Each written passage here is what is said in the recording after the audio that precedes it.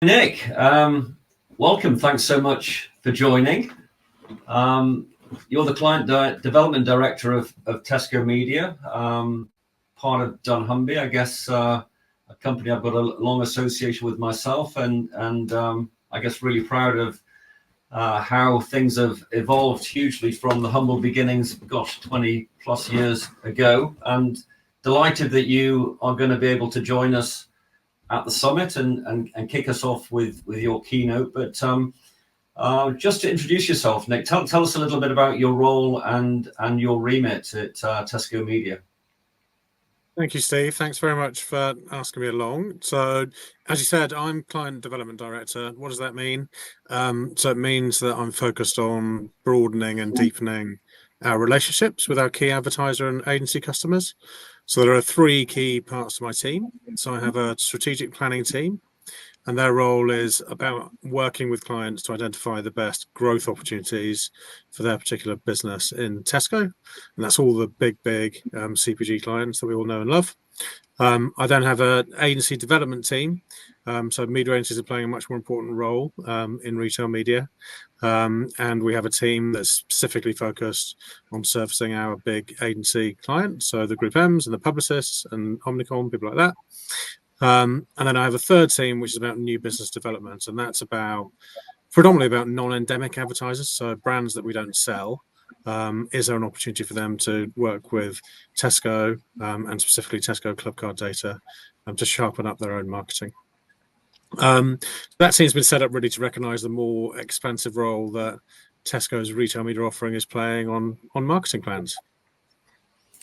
Oh, that's wonderful, Nick. And you're clearly playing an industry-leading role, and I think where you guys go today, typically others seek to go tomorrow. But tell us a little bit about what you were doing previously. What roles have you held prior to leading Tesco Media? Yeah, so most of my career has been on the buy side, actually. So I spent 20 plus years at WPP. I was chief client at Mindshare. So I was planning and buying and representing some of the most amazing brands, such as Nike and Meta and ITV, Heineken, Argos, Dyson, brands like that. That was fantastic. And then in 2017, I went to Tesco as Tesco's first head of media. And that was pretty much right at the beginning of the Tesco turnaround story. So I was really proud to be part of a team that helped develop that. And then in 2022, I moved over to this Tesco media role. So from investing marketing budgets to convincing others that they should be investing their marketing budgets with us. No, that's brilliant. So yeah, thanks for that. Now, I mean, I guess Tesco dunnhumby, you've been leading the way for more than 20 years in retail media. But what are some of the things that you're happiest with that you've been able to achieve? Some of your key successes so far?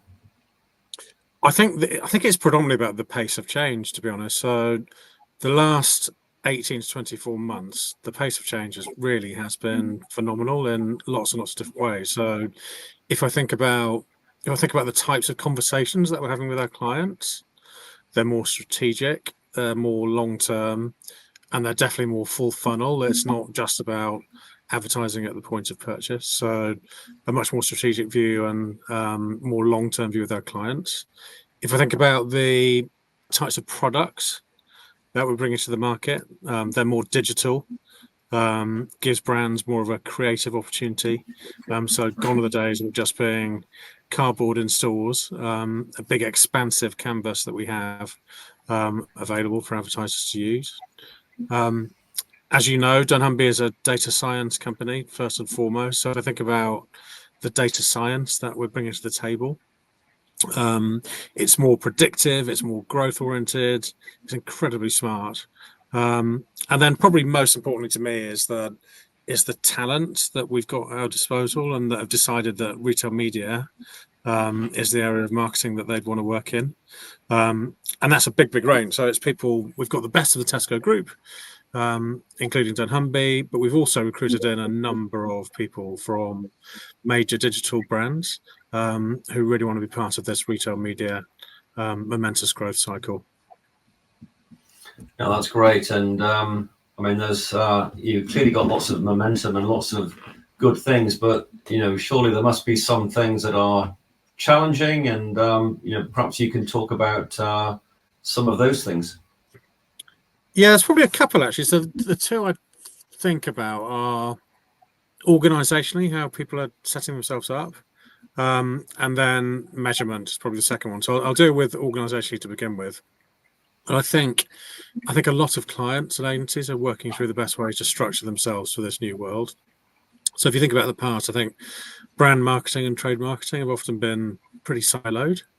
Retail media within agencies would sit in a very specialized e-commerce team, and a planner might not touch it to the degree that we'd want them to. But as the market's exploded and as it's become a much more instrumental part of people's broader marketing plans, we've had to really adapt. So, to have conversations with CMOs, with planners, with brand teams, as well as specialists. So it's this interesting mix between the absolute specialists and people who've got a more general view on marketing. So that's required a big investment in resources and talent our side, definitely. But that's a really interesting challenge as things are moving. And then the second one is rightly there's a big push on measurement from clients so that they genuinely understand the incremental return of retail media and the impact that their marketing investment is having. And I know as a client that was a question we were asked day in, day out from our board as to what our marketing was doing. So they're right to ask the question, but there are some key questions in the industry that need to be answered. So how do you know you're delivering incremental sales rather than sales that would have been delivered anyway? What's the impact on retention as well as acquisition? What's the impact on if you bring a customer in? What's the sort of customer lifetime value of that customer?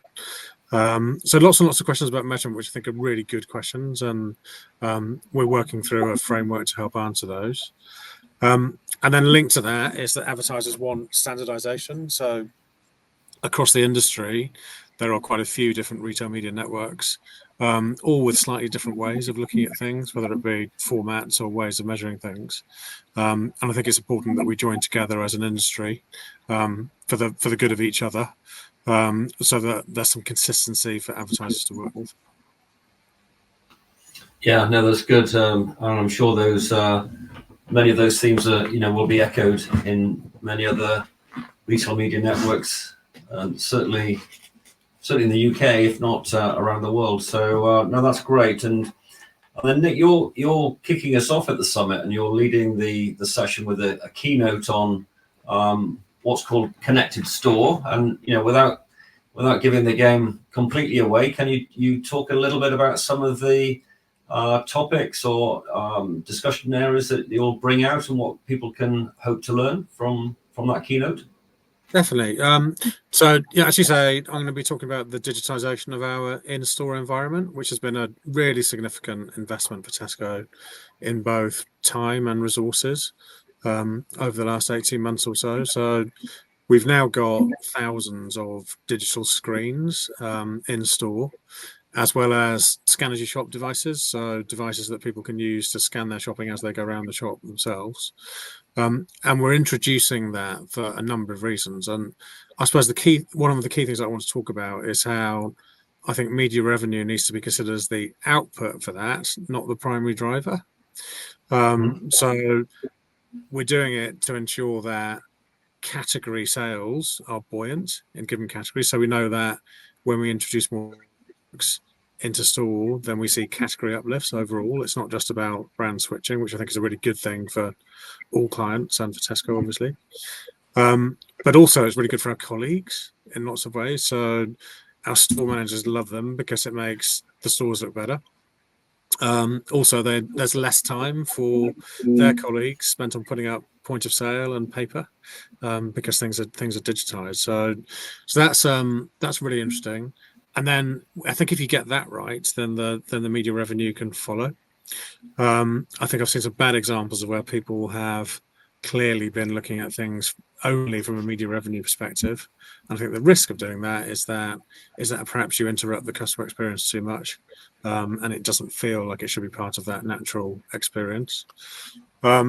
So interesting. I've just come back from the US actually, where the IAB asked me to head over to a conference that they were running. And digitization of in-store in the US is the big thing this year, and they're actually looking at Europe and Tesco specifically as a good example of how brands are doing it in a way that's customer first, but also gives brands these new, more adaptive, highly creative opportunities to talk to their customers within the store environment. Yeah, that's great. And I think it's certainly the case that the major UK European retailers do lead the way on in-store retail media. So that's wonderful to hear that you're sort of flying the flag over in the US. So no, that's fantastic, Nick. So really looking forward to your session on the 14th and to the summit itself. And once again, thanks so much for taking part and also for sharing some thoughts ahead of then. So really looking forward to seeing you on the 14th.